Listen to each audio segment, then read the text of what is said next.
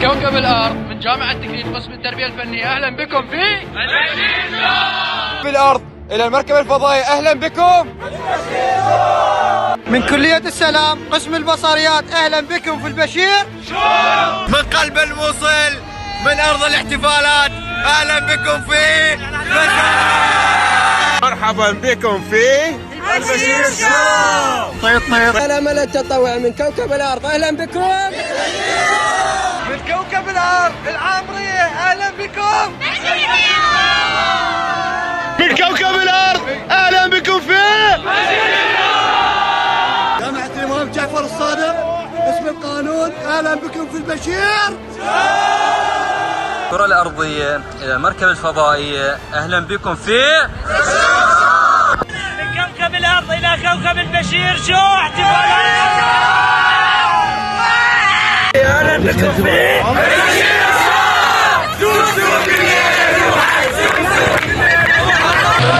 كأس الخليج، أهلا بكم في البشير. من كوكب الأرض إلى الفضاء من بادية النجف البشير. من كوكب الأرض محافظة ديالى نادي المنصورية، أهلا بكم. وصار بنشار المدينة الرياضية في البصرة، أهلا بكم البشير شو. كوكب الأرض في لندن إلى البشير. قسم الفيزياء جامعة الحمدانية، أهلا بكم في جامعة كربلاء كلية القانون، البشير معهد الدور، أهلا بكم في من كوكب الأرض خطوبة أحمد رامي، أهلا بكم في البشير شو. من كوكب الأرض، أهلا بكم في البشير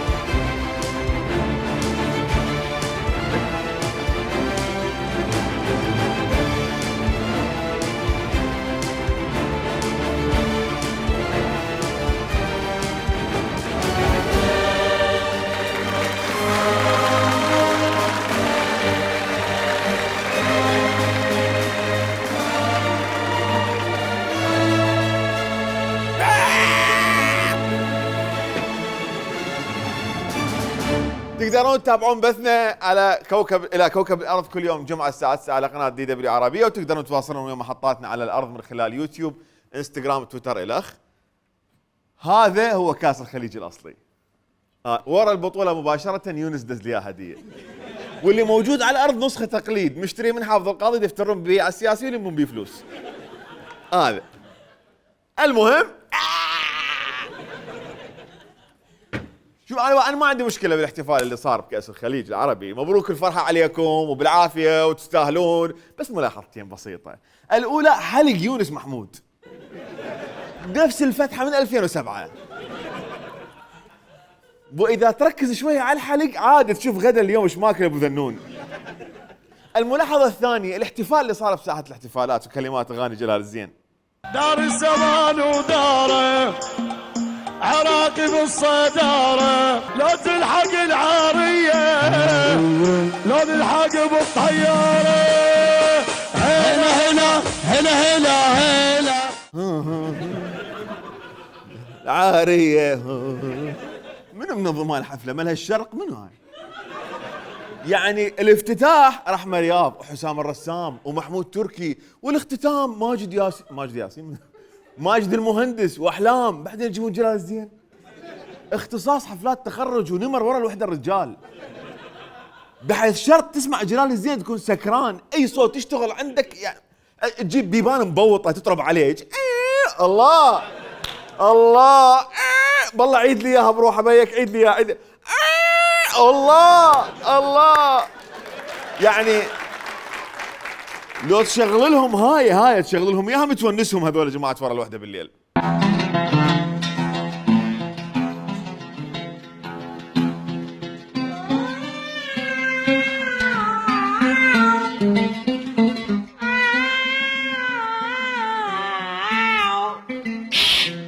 الله. مياو. منو صاحب فكره يجيب جلال الزين؟ منو درجال؟ انت درجال انت. جولة المنتخب كانت كالاتي: اخذوا الكاس من ملعب جذع النخله، حطوه بالطياره ونزلوا ببغداد.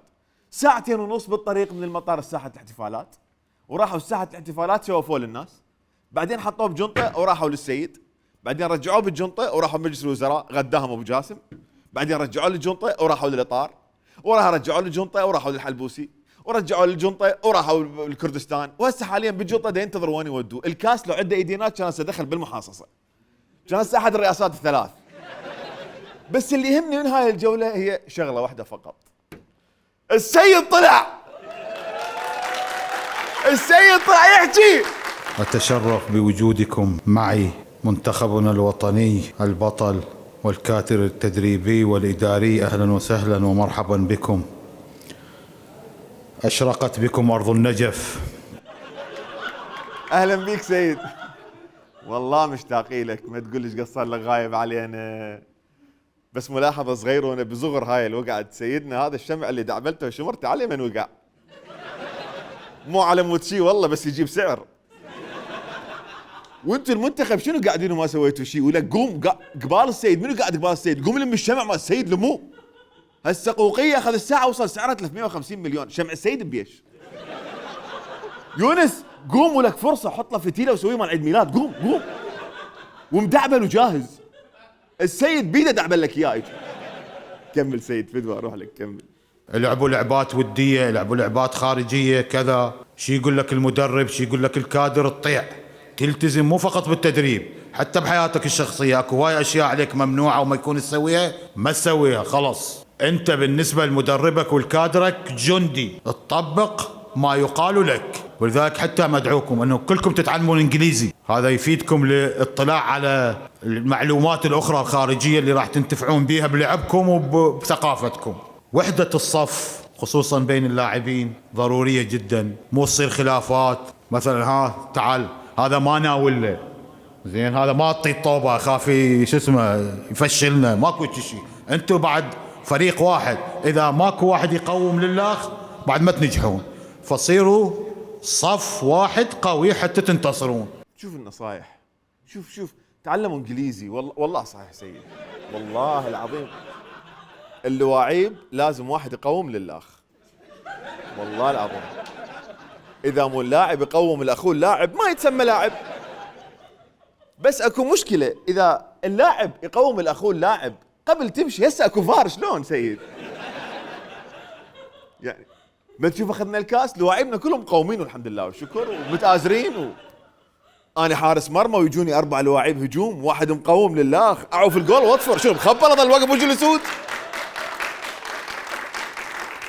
وفعلا مثل ما قال السيد، اللاعب لازم يناول الطوبه لزميله اللاعب، وهذا المترجم راح ترجمها المدرب الاجنبي. ولك لا تترجم، غلس، مو كل شيء بيناتنا نفضح من الجانب. Mister, he says the player must pass the ball to the other player. ما شاء الله. Who is this, Alex Ferguson? بس والله السيد وردة والله العظيم، واللي يقعد يسمع ويتعلم من عنده الله يفتحها بوجهه، واللي خدمه الله يوفقه. أعرف واحد صبشال للسيد رأسا الله وفقه وصارت أموره لوز والله. وعلى طار الشاي، غصون عيني خذري لنا شاي أبويا. الشاي جاهز كابتن أحمد، صب واشرب. صب واشرب؟ أني أصب الروحي؟ علي الله يرحمه، ذكرت. تدرين غصون يراد نعوض غياب علي والله. لكن تقييم الإداء الملاحي لا يظهر تأثر جودة القيادة بغياب علي، مما يعني أن وجوده كان بلا فائدة ولا حاجة للتعويض. غصون أنت آلة، أنت مو إنسان ترف وعنده مشاعر جياشة مثلي. بعدين بصراحة أنا محتاجة حتى يصب لي شاي مو أكثر. أو أقول لك باي، أنا عندي حل أفضل بقى. راح استنسخ علي. طريقة الاستنساخ جاهزة وكاملة، وأنا جمعت كل الأجزاء المطلوبة وراح أعيد استنساخه. لكن الاستنساخ عملية تحتاج إلى مقدار كبير من الطاقة، مما يؤدي إلى استهلاك بطاريات السفينة، كما أنها عملية غير مضمونة وكلفتها باهظة مقابل مجرد نسخة من علي. يا معودة عباس البياتي راد يستنسخ المالكي وهذا تكلفته محافظات. ايش تحكين انتي؟ ايش ما يكون علي بفايدة اكثر من ابو اسراء. خلنا نستنسخه وانا اتصرف كم فلس واجيب لك باتري جديد. يلا نبدا بعملية الاستنساخ. يلا الدي ان اي جاهز، الابتسامة العبيطة ست، الجلد الثخين موجود. 3 2 1 كوبي.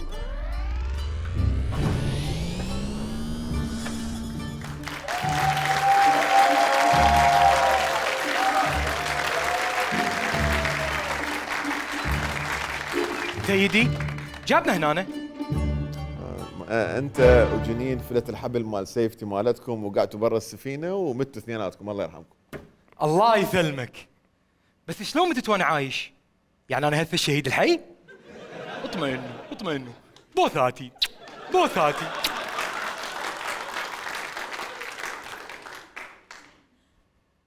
السلام عليكم. عليكم السلام ورحمه الله. شلون وضع السفينه غصون؟ عملية الاستنساخ استنزفت بطارية السفينة ونحتاج إلى تغييره بأقرب وقت. شفتها كلها بسببك بابا، كلها بسببك. يراد لنا بطاريه جديده واحنا بازمه ماليه هسه حاليا والدولار صاعد نازل. وتعصب لي شاي يلا تعال. اسف سيدي بس شلون استنسختني؟ وين جنين؟ بعدين ليش هيك احكي؟ حرف السين ممسوح. سمبوسه، مساحه، سلسبيل، سندس. جنين تتاخر شويه على ما تستوي بالاستنساخ لانه دماغها معقد شوي، مو مثلك سهل ويراد لها بعدين جل بريك واشياء معقده القصه ما لك علاقه. اما شلون استنسختك؟ فاخذت دي ان اي من القشور مال الحبل اللي انت كرزتها ذاك الاسبوع واستخدمت طريقه الاستنساخ اللي اخترعها العلامه الاستاذ عدي الأعسم. كشف الباحث العلمي ورجل الدين عدي الأعسم عن نجاح تجارب الاستنساخ الضوئي في العراق. اشتركت في مؤتمر علمي ألقيت فيه محاضرة وشرحت 4 طرق للاستنساخ الضوئي. كانت الطريقة الرابعة من الأهمية بحيث آثرت التحفظ عليها، وعلى الطريقة الثالثة أيضا لئلا تتسرب إلى الإرهاب فيقوم الإرهاب باستنساخ المواد المحرمة. أما الطريقة الأولى والثانية فأوضحت بعض معالمها، وتولت مشكورة الأستاذة الدكتورة نغم ثامر علي من وزارة التكنولوجيا والعلوم إجراء التجارب المتعبة، ولله الحمد تكلدت بنجاح. شفت 4 طرق قد 4 مو وحدة لا ولا 2 4 وضام بالثالثة والرابعة جيبه هنا حاطه ما طلعهن حتى الضوء يستنسخه. وعنده من الأمانة العلمية انه ضام طريقتين خاف لا ياخذن الإرهاب. إذا وقعت بيد الإرهاب يجيبون دارث فيدر. وين شوف هذا العالم يشتغل خلف الأضواء ويستنسخ أضواء ويعرف بالاستنساخ الضوئي. صح عبالكم استنساخ ضوئي هذا اللي يم الدوائر تستنسخ بيها معاملات؟ لا حبي هذا عدي الأعسم.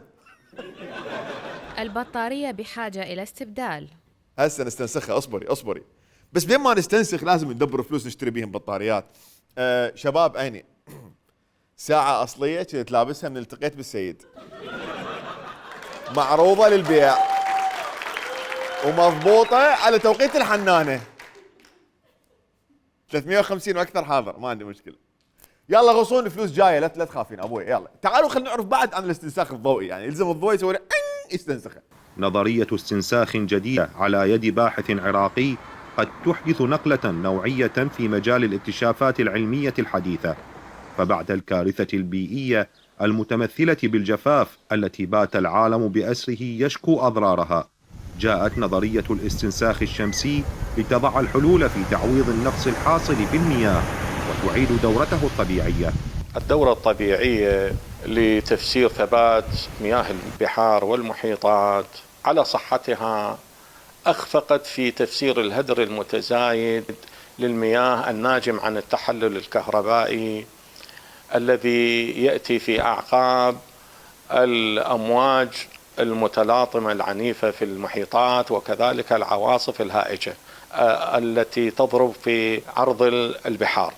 باو انت صح عبالك هو دي يخرط وحتى يضيع عليك، بس لا يستنسخ المي. حتى المي قول لي هذا الجهاز يستنسخ عرق. بويا الوه بويا الو من يصير عندنا بويا الو استنسخي لنا مرقه سبيناغ جاينا خطار ما تكفي الجدريه. راح نستنسخ مي ونترس الاهوار ويرجع الجاموس ونضرب جيمر ونمت صند على الكوكب هيك الرش 24 ساعه ونغرقه. هذا المي اللي تغسل بيه كراث هذا صغير يصير بحر. والحمد لله انحلت ازمه المي. بس بالنسبة لأزمة الباتري شو وقت تنحل؟ دقيقه يا معوده دقيقه دقفي دقيقه. اخوان ستره سوداء لبستها من التقيت بالسيد. بعدها لا اسف نفضت احتمال بيها تراب السيد. دقيقه لا جايه الفلوس جايه والله جايه فلوس. نرجع لموضوعنا. المهم ازمه الجفاف انحلت، الضوء انحلت، ناقصنا شيء بعد؟ ولوحظت زيادة فعلية بالمادة وهي زيت الزيتون. وكانت النتائج مذهلة حيث حصلوا على نسبة قليلة من أصل نسبة معينة من زيت الزيتون. هذا الاستنساخ الشمسي في الحقيقة لا يقتصر على المياه فقط، إنما على الهواء كذلك. تأكدنا أنه يستنسخ البترول في أعماق الأرض نتيجة وجود الحرارة. كل شيء يستنسخ الحج هذا عمو، هذا كل شيء يستنسخ، مي وهواء ونفط وشمس وزيت زيتون. راح نتحول من دولة ريعية لدولة استنساخية. هاي مثل الخاثرة باوع، تعطينا طاسة اي شيء تعطينا طاسة منها ندز لك جدرية نفط، ندز لك جدر نفط. بويا راح نصير بلاد الاستنساخين، بلاد الوجه وقفل. ويجونا الناس من غير دول، انتوا ايش تشتغلون؟ والله نستنسخ لك نفط راح نستنسخ. مو بس راح نحل ازمه محيطات وبحار، راح نحل ازمه الفتوش والتبوله زيت الزيتون استنسخنا. باشر عقبه استنسخ خل ودبس وصاص وعنبه وشويه خبز مقسب وريوق. بتلاحظ بعد ما شايفين شيء ترى. السيد عدي الأعسم مو بس اختصاصه زيت زيتون ونفط ومي وشمس وهواء. يستخدم الطب 3 معالجات لإزالة وجع الأسنان. الأول قلع السن، والثاني سحب العصب، والثالث تحشية السن بعد تنظيفه. وهذه المعالجات كإجراء فيه سايد افكت خطير للغاية كما يعلم الجميع. أما علاجنا فهو إدخال ضوء الليد مثل الآيفون إلى الفم بما يكون عموديا على السن لمدة 3 ساعة، وأكاد أجزم بأنه يذهب الألم مرة وإلى الأبد. أقول لك هاي قناة العراقية كان طالع؟ لا والله العراقية هاي كانت؟ العراقية مسوين لقاء وياه؟ لا إله إلا الله. بلد ضايع والله. بس لا بويه هاي شوية السنون هم راحت تولي. زين انت فاتح فلاش وحاط تليفون بحلقك لانه بده يوجعك سنك، وداق عليك هذا دق عليك بهاي اللحظه هذا الكائن الاميبي الغثيث اللي كل ما ترفضه يرجع يخابر. شلون؟ ارد عليه بلساني. بس لازم تليفون عادي، اذا برو ماكس يصير بيه شق حلوق والله العظيم. هيك كبره شي طبب هذا ما يدخل. الوحيد اللي يقدر هذا العلاج يونس محمود بس ما شاء الله. زين نفرض انا ما عندي بس ايباد، شلون احششنوني؟ هسه اوكي قول ضربنا شرجي، كمل والله كمل، ما راح احبط من عزيمتك بصراحه، انا مخترع من هذا المخترع والله العظيم. شارك بحثنا Remove of Sleepiness، علاج لإزالة النعاس دون اللجوء إلى النوم، في معرض الصين العلمي تحت إشراف WIIF، وبمقدور الناعس لإزالة النعاس من أن يرفع العينين إلى الأعلى مع الانحراف إلى اليمين أو اليسار لمدة نصف دقيقة، ثم يشعر وقد ذهب النعاس منه. لكن هذا البحث أنا أقدمه هدية للبشرية. هيك يعني بيكيس بيه على البشر. تعالوا يا بشر، وعلى الصين راح قبل 1.5 مليار نعسانين. هاك هذا البحث. يلا ولي روح ما تنام بعد. يلا ابويا شو تريدون بعد؟ شو تريدون بعد يا بشر؟ انطاكم هدية وببلاش. يعني انا من انعس بس اباوع يمنى بس خيراج شوي، مو عدل انت مو فوق هيك، لا شوي هيك او هيك يعني، وظل هيك وطب عليك امك وتلقاك حاط تليفون بحلقك وتباع لي فوق يمنى ويسرى. شلون اقنعها انا منعس ما اريد انام؟ يلا شلون؟ يعني والله يا سعاده السفير يعني هو حلو الاختراع هذا، بس جربوه بالله جربوه، دزوا لنا اياه فيديوهات تشوف نمتوا لو لا. بالاحرى عندنا هنا واحد منعس بالله جربه، افتح عينك لي فوق بس باع خيراج او يسرى. اما بالنسبه للاطباء الاسنان فانا اقول له ذبون اجهزتكم بالزبل وعلقوا جلوبات. اسال راح الوجع والله ما شاء الله. وهي طريقه ازاله النعاس يمكن واصله القيق وهي الطريقه. سماحة الشيخ الأمين بشكل واضح وأمام الجمهور أعلن عن جهود كبيرة ورائعة قدموها الأخوة قادة الإطار. تمام. لماذا؟ لأنه هو الذي عاش التفاصيل معهم. تمام. أنا عشت التفاصيل مع سماحة الشيخ الأمين وكنت أعرف بأنه لا ينام والأكل عنده في القصة صارت منسية. أنا أعرف لا ينام. هذا يرد تدريب والله العظيم. اتدرب عليك اسبوعين وحط نموذج بجيبك الصغير. خطيه كان سماحه الشيخ اليمين عايش على الكلوروفيل. ما انا اقول ليش عيونه حمراء وما ينام يباوع ليفو. انا عبالي خايف من الدرونات. طلع دي يطرد النعاس. بس والله يا عم انا فخور بعالمنا الجليل. ايش رايك يغوصون بهذا الجهبذ؟ هذا علم زائف. شنو هو؟ هذا علم زائف. شنو عمي علم زائف شنو انت ليش تسقطون بالكفاءات العراقيه؟ هاي شوف العالم شو يقول عنه ابويا جامعات عراقيه، جامعات جابوه تعلموا منه. بحث الشيخ الأعسم وجد صداه داخل الأوساط الأكاديمية المحلية والعالمية، فالصين بدورها وجهت دعوة للباحث العراقي لحضور منتدياتها العلمية وشرح بحثه الموسوم الاستنساخ الشمسي. سماحة الشيخ عدي الأعسم أحد زملائنا في جمعية المخترعين والمبتكرين العراقية، لديه بحث في الاستنساخ الشمسي للمحيطات والمنشور عالميا في مجلات ذات مستوعبات سكوباس. وبحسب الأعسم وخلال المؤتمر العلمي الذي نظمته جامعة الكوت، فإن التجارب أجريت في بغداد والنجف الأشرف وواسط، حيث تم التوصل إلى معرفة آليات وكيفية الاستنساخ الضوئي. شفتي؟ كل جامعات مستضيفين من كل عقل جامعة عراقية يكون ضيفها باحث كلك. ليش مو وزيرها كلك وشهادته غير معترف بها من وزارة التعليم العالي؟ لا قصدك مال الجامعة الإسلامية ببيروت؟ لا تختلف الشغلة بقى. هذاك بلبل، هذا عالم معروف على مستوى العالم. ألمانيا يجوي عليه. Wir sind hier, um den Scheich zu besuchen, weil er ein bekannter Mann ist und weil wir seine Weisheit schätzen und hoffen, dass wir mit ihm weiterhin gute Beziehungen haben können. يقول احنا زرنا الشيخ لانه من خلال البحث اللي نشرناه هناك بالمانيا انه هو رجل علمي ورجل معروف، واتمنى انه علاقتنا تستمر وياه. طيب هم كشركه يعني البحث هذا الانتاج او هذا الاختراع راح يتبنوه ولا مجرد انه ينشروه؟ المانيا بكبرها دازت له واحد يتوسل به ويقول عليه رجل علمي، والبحث مالته نشرناه هناك بالمانيا، هناك عندهم بين الاجانب. المانيا تعرف شنو المانيا؟ يعني بلد انطلع عالم ثلاث شغلات عظيمه، يعني بايرن ميونخ ومارسيدس ودي دبليو والبشير شو.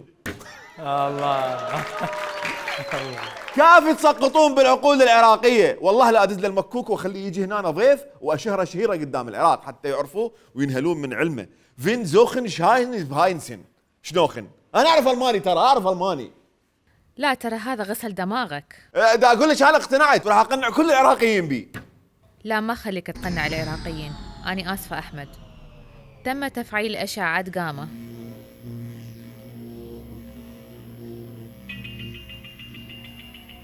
ستار إكس سوت بحث حول اسم عدي الأعسم وتوصلت إلى 4 بحوث منشورة بمجلات غير رصينة، ومن ضمن مجلات سكوباس مثل ما هو يقول. واللي يسأل شنو سكوباس، فهاي دار نشر عالمية مختصة بنشر المقالات والبحوث العلمية. هاي المجلات ما بيها أي بحث باسم عدي الأعسم، وهاي البحوث اللي يحكي عنها ما لقينا ولا باحث بكل العالم ماخذ منها معلومة كمصدر للبحث ماله. وفيما يتعلق بالدعوة لمؤتمر الصين، ما تم التأكد من صحة الدعوة لكون الجامعة المستضيفة ما ناشرة أي شيء حول هيك مؤتمر على موقعها. أما بالنسبة للمبعوث الألماني، فبعد البحث والتحري تبين أن الرجل يعمل بشركة مال مدمجاري كانت تشتغل بالنجف. Aus diesen Gründen mussten hier die Spundwände eingepresst werden. Dadurch brauchst du natürlich auch dickere Spundwände, damit auch die Kräfte. هذا الرجل الألماني هو يعمل في الحفريات، وكان يود الحصول على عمل في العراق. النظريات التي طرحها الأعسم كلها غير حقيقية وتندرج تحت العلوم الزائفة. جامعات عراقية فقط هي التي قدمت الدعوة.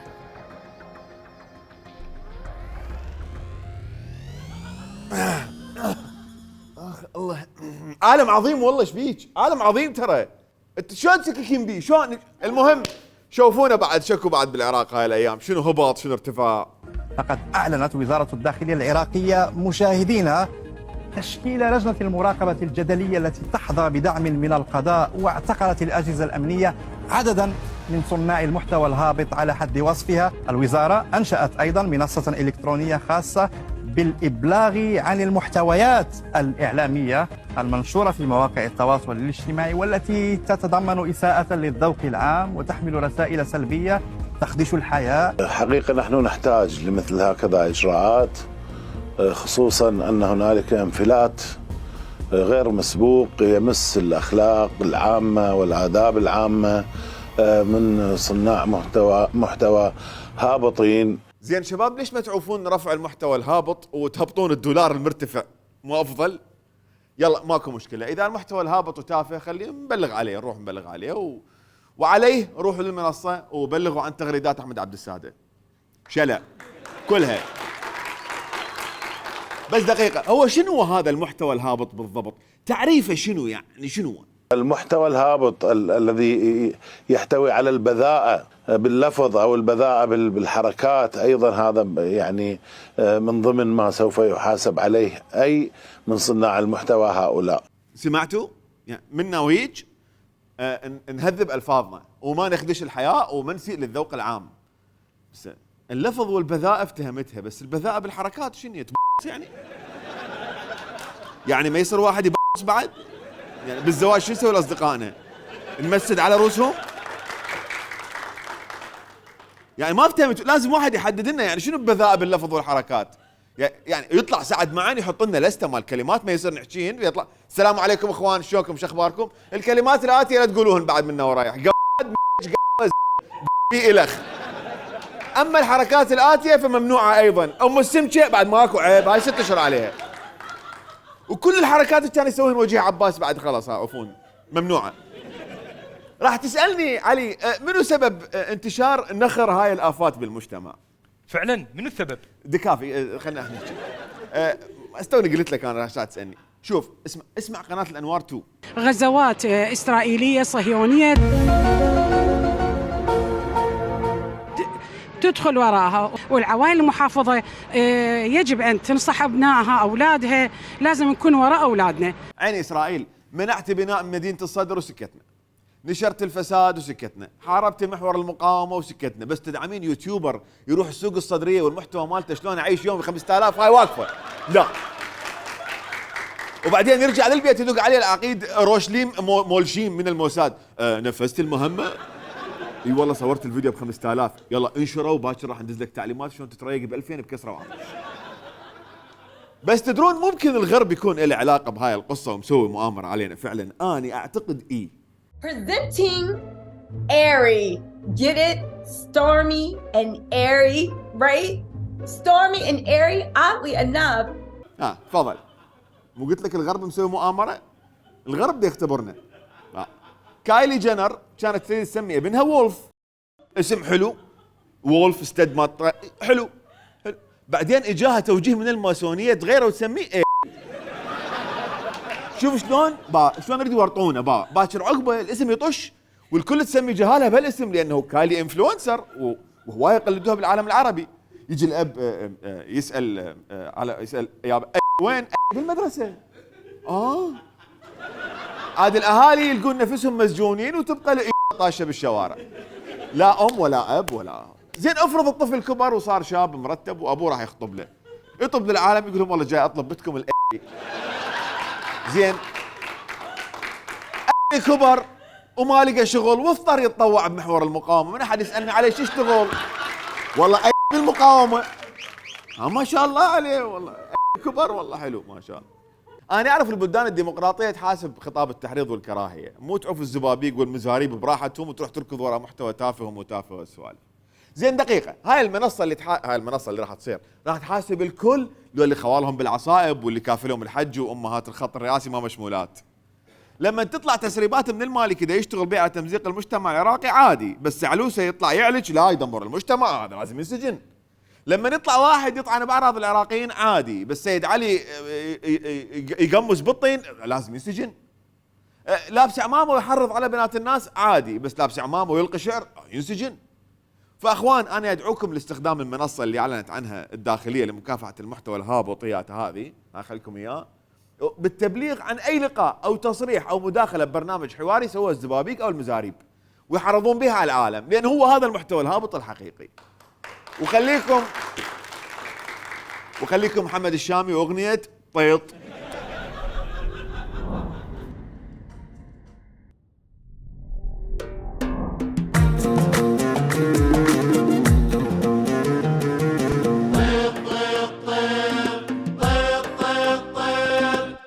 شبعنا من هذا الحكي الكل خريط،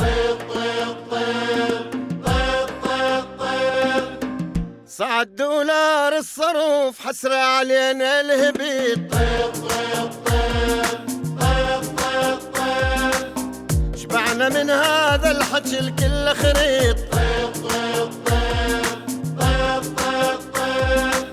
فلوس النفط للسرسري ولحم الغنم للأجنبي، فلوس النفط للسرسري ولحم الغنم للأجنبي، واحنا ناكل جلافيط.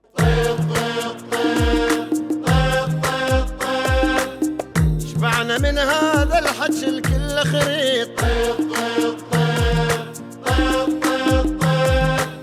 عمي سمعناكم غلط وصدقنا هذا لضريط.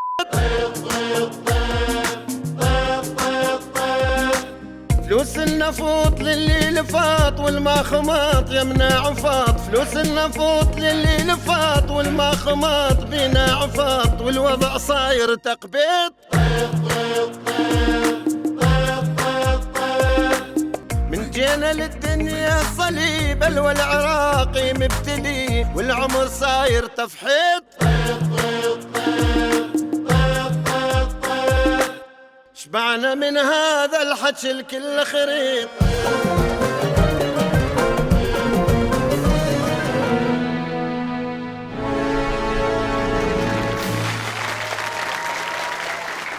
اهلا بكم مرة اخرى. مثل ما تلاحظون صار اسابيع وضع الدولار مدى يستقر، يصعد ينزل، يصعد ينزل، يصعد شوية ينزل شوية، يرجع يصعد هواية. والصحف العالمية مثل ما تشوف ميدل ايست اي تقول لك القرارات اللي فرضها البنك الفدرالي الامريكي بعد سرقة القرن تضر بالعراق كله، وممكن تهدد حتى رواتب الموظفين ومشتركين الاونلي فانز اللي بالدولار. هاي الاخيرة من عندي طبعا. سرقة القرن اضرت بالعراق كله حكومة وشعبا وميليشياتا، وهذا الاسبوع انحال مدير المصرف العراقي للتقاعد، وانحال محافظ البنك المركزي للتقاعد، وجابوا مكانه علي علاق. فالكل تضرر بسبب سرقة القرن ما عدا شخص واحد بس اللي سواها. فاحنا اسفين ابو فطوم، والله انا شفت لك صورة بالتوقيف استسبعت عليك. عبال الفليسات طلعن حوبتهن، تالي طلعت انت بكفالة. والله اخويا ابو فطوم مسحب بوجه مصطفى سند. والله احنا اسفين، والله ابو فطوم الذهب.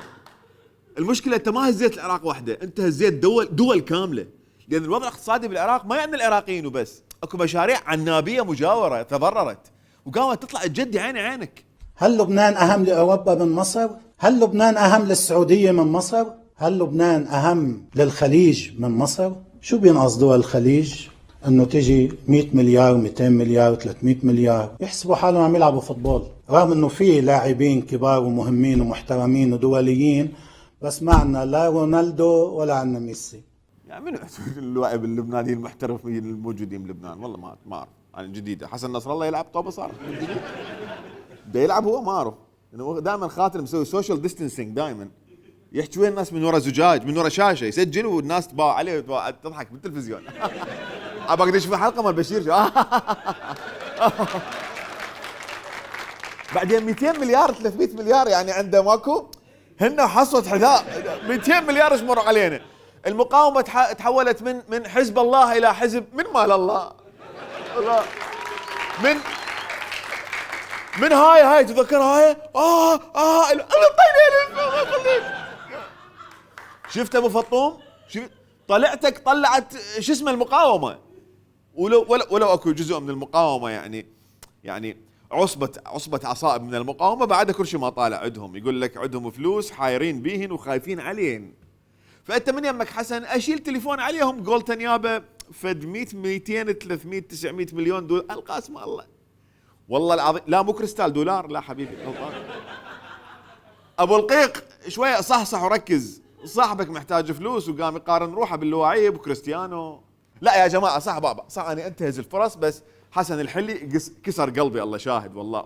ومبادره مني ولحسن النيه راح اسعى لهم السعوديه اللي يطلب من عندهم فلوس وراويهم هذا الفيديو حتى خاف يريد يعتبروه لاعب يعطوه فلوس يعني لقدام. كيف يمكن لأناس طبيعيين أن ينظروا بعين الود والمحبة إلى السعودية التي أرسلت 5000 انتحاري إلى العراق؟ طيني ألف في غالي دزيت 5000 للعراق، طيني ألف الله يخليك. أبو فلح الورد، أنت هسه بين خيارين، لو تتمسك بموقفك هذا وتشوف لك غير مصدر رزق، لو تقول إحنا بدنا نلعب واعتبرونا الواعيب وما حد راح يعبرك. أما الخيار الثالث فممكن تنشال العقوبات على $1 بالعراق، وانا اضمن لك راح ترجع امورك تترتب. بدأ تشوفون ايش يصير بالعراق؟ العراق واصدقائه يعانون، وبهيك حاله وبهيك وضع فرصتي هاي القى لكم حل اقتصادي واصير بطل براسكم، فلازم ادور لكم على مورد اقتصادي جديد تكرفون من عنده فلوس. غصون شوفينا فد مورد اقتصادي جديد. جاري الشرخلة والبحث. اكيد الاستاذ علي حسين وكيل مستقل لدى شركه كيونت في مجال التسويق الالكتروني والشبكي. صباح الخير علي. صباح الله بالخير والبركة عليك أستاذ خطاب وست نور. صبحكم الله بالخير والعافية، أهلا وسهلا بيك وبالتسويق الشبكي وبكيونت. ما تعرفنا على الأخ؟ منو حضرتك عفوا؟ لقد طلبت مورد اقتصادي جديد، والتسويق الشبكي أول ما عثرت عليه في نتائج البحث، ولكن انتظر لأتأكد أنه مجال سليم. ما انتظر، أنا رجال مستعجل حبه ولبق. لا تنتظر ثيدي فوت. افوت انت وياي؟ وياك للوحه ثيد نفوت. انت بث الثين طار عندك بالاستنساخ لو اكو شغلات اخرى طارت؟ لحد الان بث الثين. رحت للحمام تاكد؟ ثيك جايك. روح ثيك لانه انا متاكد انت ما طار عندك بث الثين. والله ثيد الثي. والله اظل انا حرصت انه تطير عندك اشياء اخرى. مو اذا عندي نقص في ثاني اظل مدنق راسي. دنق. الافضل ان تنتظر. ما انتظر اني، فاز باللذات من كان شو يسمونه، يلا عليها، وخاصة اني من اشوف واحد لابس قاط وابتسامة شاقة حلقة ويحكي بثقة يكيف. بس قل لي انت فاهم حجم المشكلة الاقتصادية يريد نحلها؟ اليوم أكثر شيء سيء بالمجتمع وبالعالم وأكثر مرض موجود هو شنو؟ الفقر. اليوم هذا العمل قادر ينطيك فيتامين اسمه فيتامين ام، فيتامين ماني، قادر يطلع لك فلوس، قادر يطلع لك مصاري. أنا كل شيء بالميم أحبه، كل شيء والله. مؤخرة مزة ماني مرقة مريم فارس ممانعة مثنى السامرائي مايكل جاكسون ملل مص مخازن السلاح اللي فتحتها إيران منتصب مطبخ مطعم علاق مالح الفياض مابو فدك، كل شيء أحبه من الميم. بس لا الولد طلع يفتهم ما شاء الله يعني والله العظيم صلوات على محمد، دارس الوضعية ويعرف ايش قد الفقر منتشر وخطير على المجتمع. والدليل هسه اي عراقي تلزمه تقول له شنو رايك بالوضع الاقتصادي؟ يقول لك والله عمي قتلنا الجوع والله الناس راح تقوم تنق بالشوارع والله. وانا مستغرب من علاقة بالفقر بالعراق. كل ما تصير ازمة اقتصادية راسا يقول لك قتلنا الجوع عمي الناس راح تنق. تحس الناس قاعدين منتظرين هذه اللحظة. ها صارت ازمة اقتصادية يلا شباب يلا عندنا بعد دقيقة اصبر معاي ما مكمل. عندنا واحد من مقاييس خطوط الفقر. يعني القصة تبدي إذا أزمة خفيفة شوية يقول لك الوضعية طالع أزمة متوسطة يقول لك السالفة عاضة وهاي لا تحاول تصفن لها. أدري بها غريبة شلون الوضعية تعرف أعرف هي صعبة شوية. تلاص كلش يقول لك الناس قامت خلاص هذا هو بعد. أصلا أسرع جواب بديهي للتعبير عن الركود الاقتصادي بالعراق هو شلون الوضع مع العلم المفترض انه النية مفترض دليل على السعادة، والشغلة الثانية محتاج طاقة. شلون هم جوعانين ما تدري. هذا المهم مو هذا موضوعنا، حتى لا الناس تقوم تسوي اشياء بالشوارع وهالسوالف. انا عندي هذا $1000 هذا $1000 اريد اعرف شلون اسوي فيتامين ميم. يلا. التسويق الشبكي يوفر فرص عمل للشباب، يوفر فرص عمل للبنات، يوفر فرص عمل للكبار، هو حل جذري لمشكلة البطالة. عن في العديد من الطرق لهذا العمل، هو عن نظام مبيعات. مميزاتها انه لا يحتاج الى خبرة نهائيا، ما عليك، انت فقط عليك انه تشتري المنتج، تمام؟ تسلم نفسك، مو تسلم نفسك بالكامل، اقصد تسلم نفسك لمعلمك ومرشدك اللي انت اختاريته. أنا ما أعرف إنه أنت شنو ووين وشنو تحصلك، ما أهتم. أنا أريد منك فقط follow me، اتبعني، بالتالي أنت راح تربح. just this.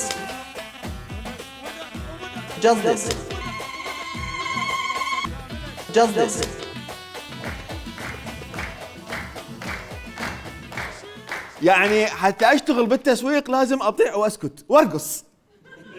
انا جاي دا اشتغل دا اصير بالسرايا، وبعدين اذا نطيع ونسكت فكنا نعرف واحد بس بالعراق تطيع وتسكت وهو حاليا معتزل. just this.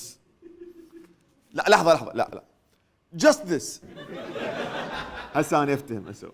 هو انا اذا عندي راس مال اشتري بيه منتجات وعندي مهاره وخبره تجاريه اسوق وابيع هالمنتجات باكثر من سعرها، لا واجيب ناس واقنعهم يشتغلون، ليش هالدوخه مال التسويق والهرم؟ افتح امازون برايم وافضها، بعد على شنو هذا اجيب ناس واسوي هرم؟ شنو اللي يغريني استثمر فلوسي هنا؟ انا شويه مشكك بصراحه. الناس بالفيسبوك شو رايهم بالموضوع؟ اذا تركض ورا اللي يكتب على الفيسبوك راح تروح تقعد ببيتكم، وبعد ما راح اشوف محمد هشام، ما اشوف فيصل جمال، ما اشوف هذه الوجوه الطيبه اللي قاعده، ما راح تختلط بذول الناس الايجابيين، راح ترجع للقهوه وللكوفي شوب، تلعب ورق، تلعب دومنه، لو قاعد بالبيت لازم التليفون تلعب بوبجي ومنتشي وعاكس المخده ونايم عليها وتتفرج على التلفزيون، والمشاكل مشتغله لمده 24 ساعه، صح؟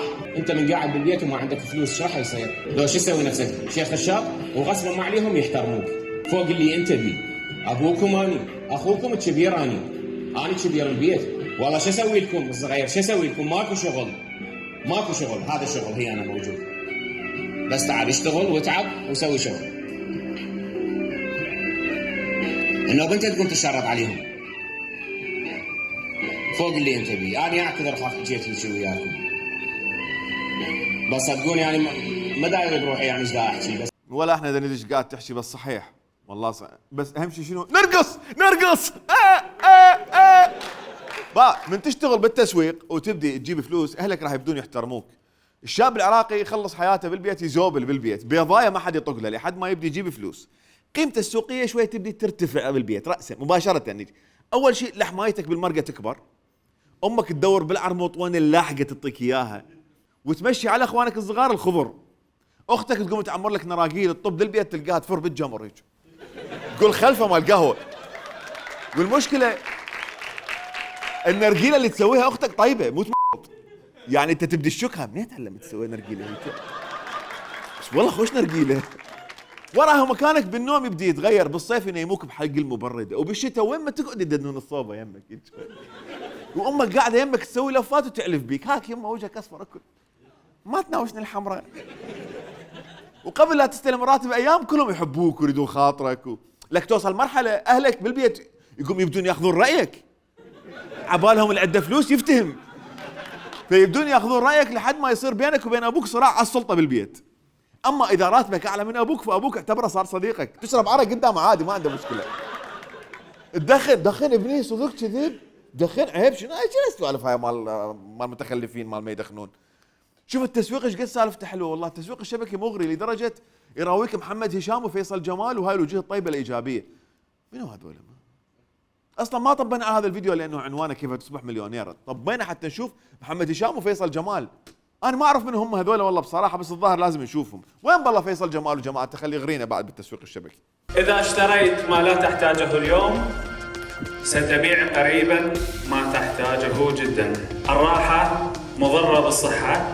الحياه اما ان تكون مغامره جريئه او لا شيء على الاطلاق. ردد وياي هذا الشعار: انا قررت ان اعيد توجيهي.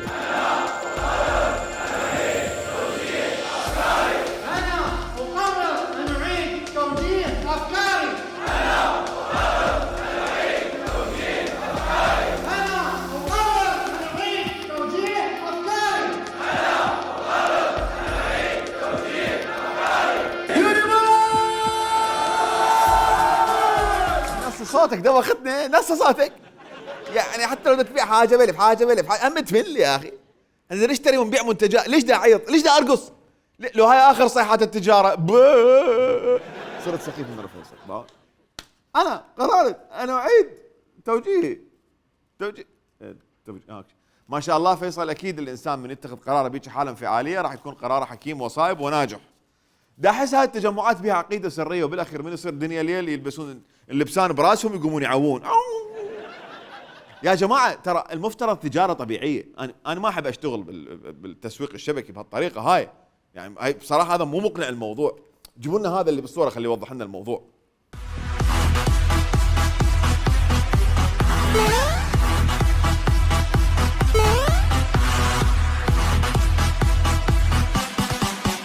اليوم راح نحقق الجو. احنا لايفزين حتى الايتم ما نحتاجه. الرجل الاول بالعالم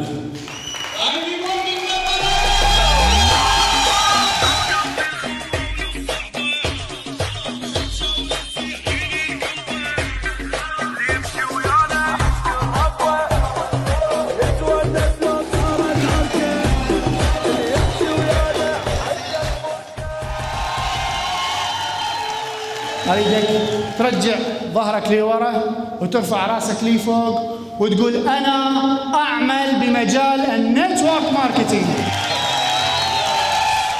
والله ما ادري شنو هالانرجي الزايد اللي عندهم، اللي تقمزوا هواي. شفت ايش تقمز؟ والله قمز ما شاء الله، صلوات على محمد. والله قائد العالم، ملك النتورك، الاب الروحي الاستاذ ليث الاصفر. وهذا العريف هالقد ما يحب ليث الاصفر اجى الحفل لابس قميص اصفر. ايش متلوق ليك انت؟ ليش متلوق ليك؟ ما اتجرأ البس مثلك سيدي. عشت ايدك بعدين اعطيك ورقتين. انه ذولا كل شويه يتباوسون ذولا. شنو هذا اللي تقمز؟ اول تجاره بالدنيا عباره عن عياط ومشاعر وبوس وتقمز. جماعه تجاره بيع وشراء، ليش هذا؟ ليش؟ كل 3 نقاط بسوق اليمين قابل 3 نقاط بسوق اليسار، ايش قد تربح؟ 240. هاي كم متلافه بيها؟ اخوان دا تعقلون الارقام، دا نحكي شدات بالاسبوع الواحد. شدات راح تغير هواي عالم، راح تتغير انت. بعد ماكو ايجار، بعد ماكو دين، بالاسبوع عروض بيه.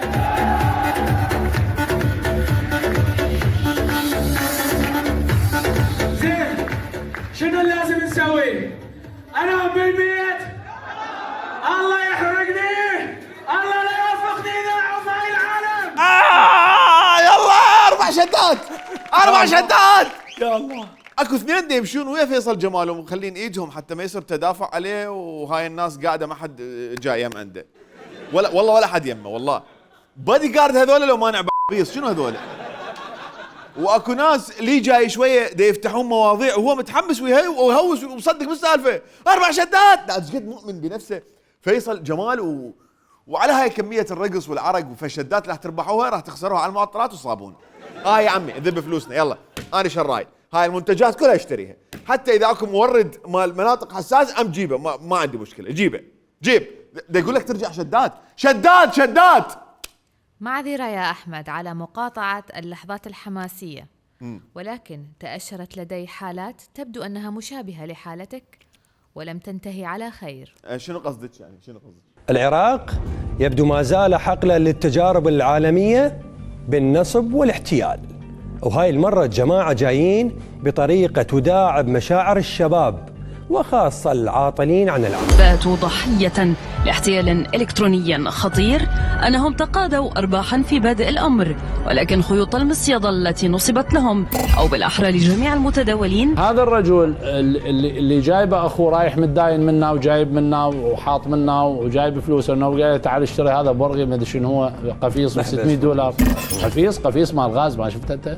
هذا الرجل خطيه دافع له 3000 وشوي $، منين يجيب المتداينين؟ ولازم تشتري شيء اضافي اللي هو هذا. شنو هذا سوار ويجي وياه محبس. طيب. سعره $600. ايش دفعك؟ ما فكرت تشتري سوار $600؟ هذا مو قال لي هو هذا راح تروج عليه، هو هذا اللي ربحك. هاي طيب. مليونير بالفوري، وما الذي حرك قطعه الجبن طيب هذين القصص لازم تقراهن لمده شهر. عمود ما يلهوك بانه انت خاف تسحب فلوسك شيء هاي لمده شهر. اجتماعاتنا بالمولات. القانون لا يحمي المغفلين. لا مستحيل. لا راح اصير بيها هيك. انا طبيت ويا ناس محترمين كلش محترم، مش لما كانوا رقصنا. تتذكر علي من رقصنا وانا قررت اعيد توجيه هاي.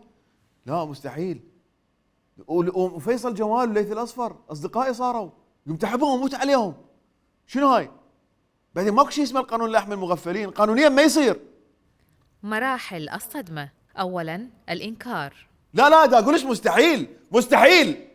ثانياً الغضب. دا اقولش مستحيل، انا اعرف ايش دا اسوي. انا دا اعيد توجيهي. ثالثاً التفاوض.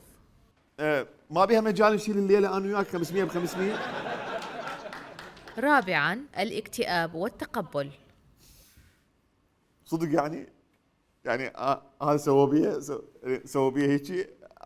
هذا التالي اللي يصير وياهم هيجي. نعم، وإليك الزبدة. منذ أكثر من 50 سنة ظهرت شركات التسويق الهرمي التي تعتمد النظام الهرمي في العمل.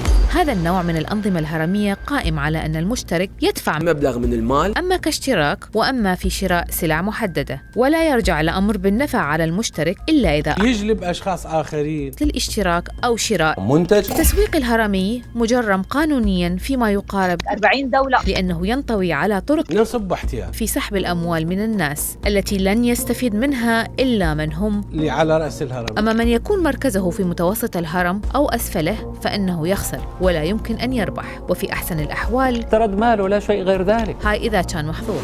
ما يحدث في العراق ودون تحديد أسماء هو أن الكثير من الشركات التي تدعي أنها تعمل بالتسويق الشبكي وليس الهرمي هي في الحقيقة وعمليا تنتهج الأساليب الاحتيالية الذي يعود بالنفع على القادة وبالخسارة الكبيرة على المشتركين. كيف تعرف أنك من المحتمل ستدخل في شبكة النصب والاحتيال؟ هناك عدد من المؤشرات التي تسمى بالريد فلاجز. إذا وجدتها فحاول أن تطفر. هذه المؤشرات هي: أولاً إذا قالوا لك أنك ستعمل لا يحتاج إلى خبرة ولا مهارة ولا موهبة ولا أي شيء. ثانياً إذا وعدوك في تحقيق أرباح ضخمة وسريعة وغير معقولة وإنها فرصة لن تعوض. ثالثاً إذا طالبوك بتجنيد مشتركين آخرين سيكون لك نسبة من انضمامهم للعمل.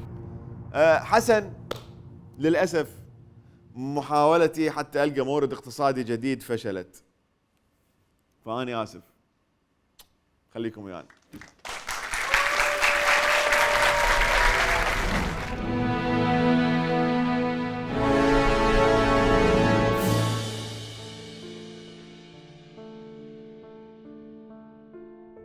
أهلاً وسهلاً بكم في كبسولة ستار إكس التي ستنقلكم من الأرض إلى سفينة ستار إكس. أسماءكم الأرضية؟ هيفاء حسوني. بكر خالد.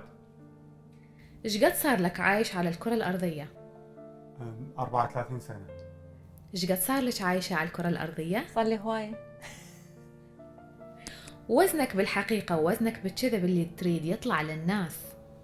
وزني الحقيقي 78 ووزني الكذب 80.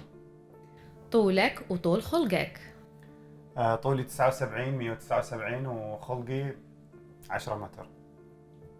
تحبين تشربين الشاي؟ أكيد إيه. للأسف ماكو شاي بالفضاء. أغنيتكم المو مفضلة وما تحبون أبد تسمعوها؟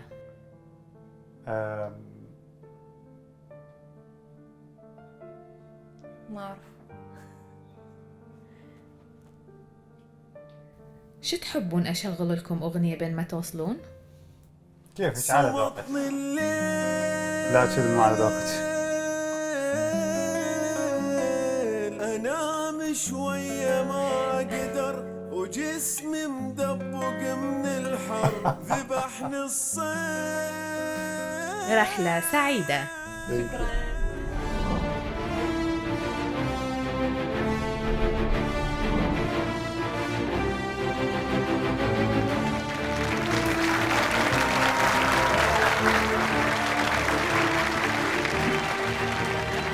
يا هلا.